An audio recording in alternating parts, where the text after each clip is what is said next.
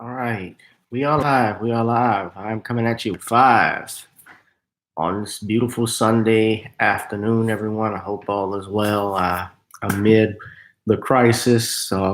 We say the crisis, I put that in air quotes, but that's been going on with the coronavirus, especially around the world.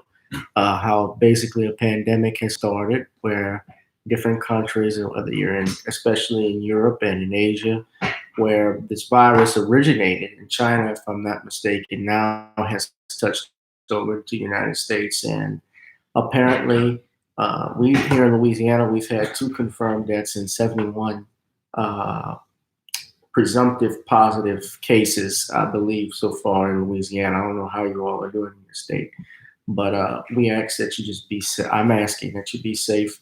Wash your hands, use hand sanitizer, uh, do whatever you can. I know they've closed the schools here. I don't know. Different states have done different preemptive measures. They've talked about here. They've closed the schools. They've shut schools down for an entire month.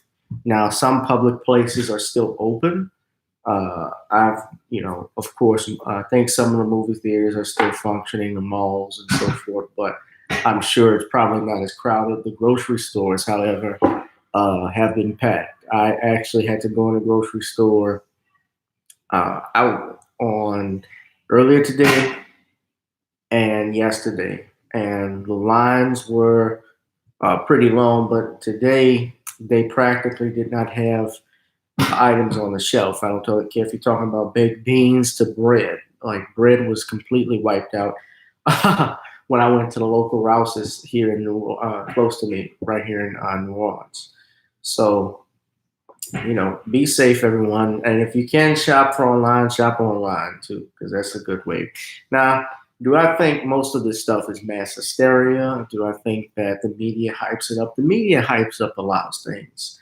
It's called television programming for a reason because they try to get the American public to feel a certain way. And especially when they try and push any agenda that they get funding for, or any of these lobbyist groups that approach certain media moguls who are part of it. And I think you know what agendas I've been talking about if you see my channel. But just in general, yeah, I do think the media hypes up a lot of stuff because, and I'll talk about this on another video because I didn't want to discuss coronavirus, but I do think it's hella interesting how news reporters could get privileged information about a celebrity's diagnosis of coronavirus. Because remember, when you are seeing a doctor, there's something in law called doctor-patient privilege. There are HIPAA laws that protect confidentiality of patients, where medical conditions, their their age, what they suffer for, anything they've come from their doctor's notes, all of that is privileged information. And of course, you can only get that if it's authorized released by the patient. So when the NBA player, all of a sudden, we find out later that he's diagnosed with this. Team doctors, I believe, supposedly gave him the test when at this time, I think even the governor has said this. I know in Louisiana that even with the testing kits that they have for coronavirus, they don't do one testing kit per person. There are multiple testing kits. So how did they get confidential information about Rudy Gobert from, I believe he plays for the Utah Jazz, getting coronavirus, COVID-19? And on top of that, his teammate, Donovan Mitchell, contracts it, supposedly from him. So my thinking cap is on. There is such thing. I'm not saying that it's not true, but I do know there are crisis actors that come in whenever they want to push an agenda. But I don't take any chances with it. And maybe this whole coronavirus thing could be some type of biological weapon. We're going to get into that later on another episode. I don't know if it'll be today, but definitely I'm looking into that. I'm thinking about it. And I've also looked into, if you checked out his channel, Brother T. West from Afro-Synergy News, he actually talked about it on his show today. He did, I think, a 2-hour video. Shout out to him. He went live on it. So you all should check it out. We see we got one person in the chat room. trying to see if we can get some more. But anyway, I definitely want to keep this video under 30 minutes. They're actually about to hold a press conference with the mayor of New Orleans, and apparently, I think what's going to happen eventually is that they're going to issue a curfew. And I'm looking here. Court has been canceled.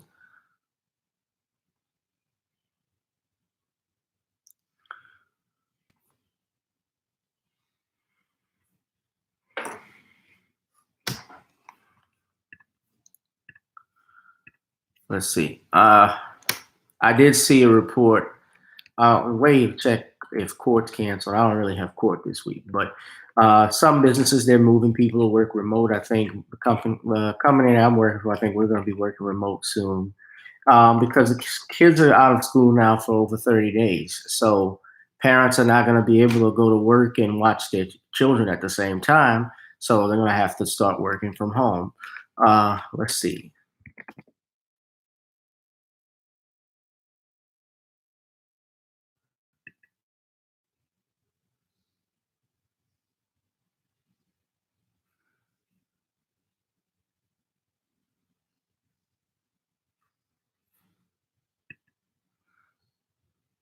Chief Justice Johnson, she asked that she's the Chief Justice here of the Louisiana Supreme Court. She asked that court be limited, use caution with it as far as people making appearances. Now, if they want to move their docket along, she suggested actually holding phone conferences with the attorneys that they can work from home or from a remote place while they self-quarantine, because things are getting real serious right now. So it's certainly startling. But anyway, I need to post this. There we go.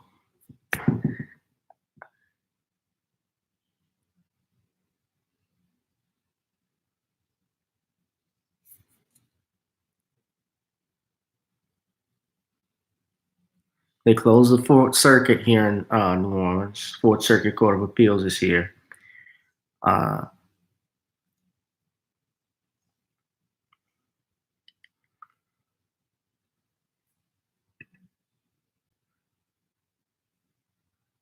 And they closed it in Jefferson Parish, which is in Gretna across the river. That's the Fifth Circuit. So different business places are taking precautions with these things.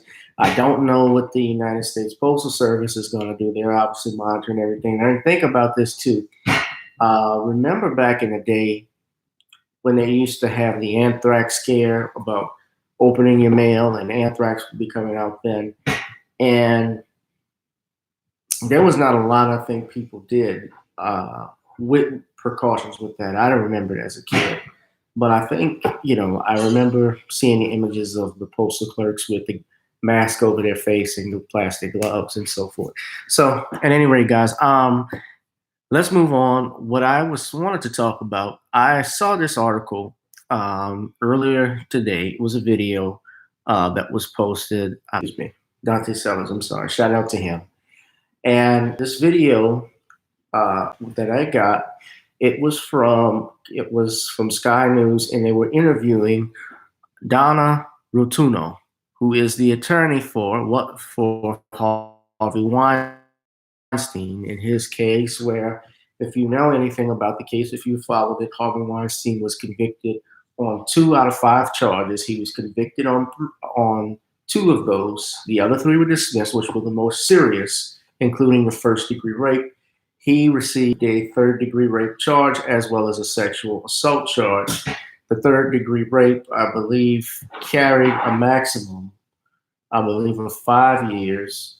And the sexual assault, I believe, could have been, I said a maximum of 5 years, but I believe it was, the sexual assault was 3 years, and the 3rd-degree rape, I believe, was 5 to 20. Let me just double check 1 second.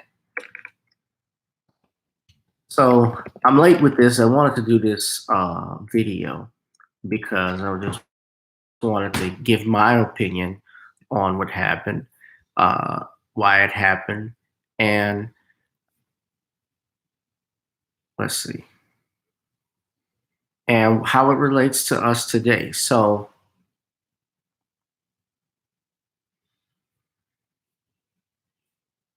third-degree rape is you've committed the sex crime of third-degree rape in New York Penal Code Section 130.25.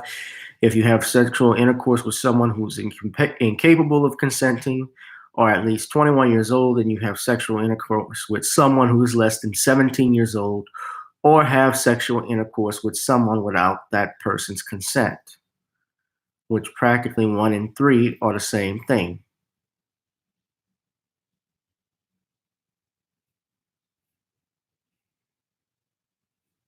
If convicted, okay, I was wrong. Yeah, I had it right the first time. If convicted of rape in a third degree, the maximum prison sentence to which the judge can give you is 4 years. So Weinstein's sentence, he's charged with those 2 convictions. The judge gave him 23, and those are to run not concurrently, but consecutively. When things run concurrent, that means together, at the same time. Whereas this is running consecutively after completing one part, and he is a first-time offender, although this is considered, I guess, a sex offense.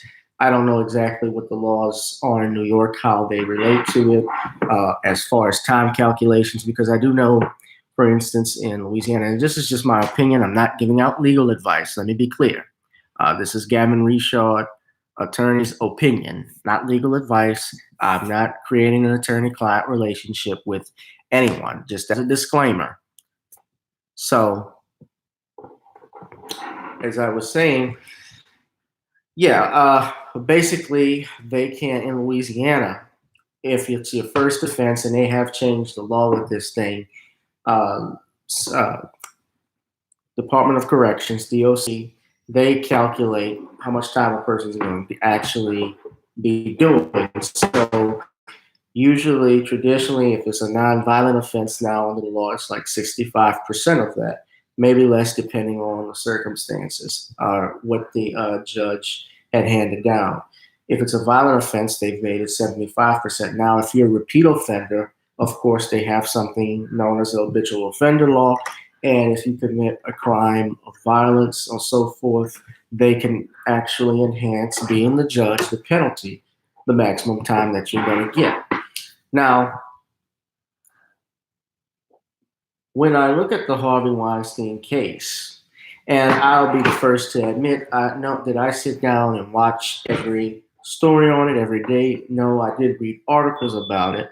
I did pay attention to some of the things that were being said. I particularly paid attention to one where the defense attorney raised uh, a lot of questions, especially about one woman who supposedly was raped by Harvey Weinstein, but it was proven by her own testimony that she continued to have a sexual relationship with him, even at the point where she was getting concert tickets to go to an Oscar event.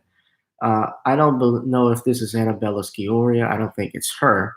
I can't think of who else it was.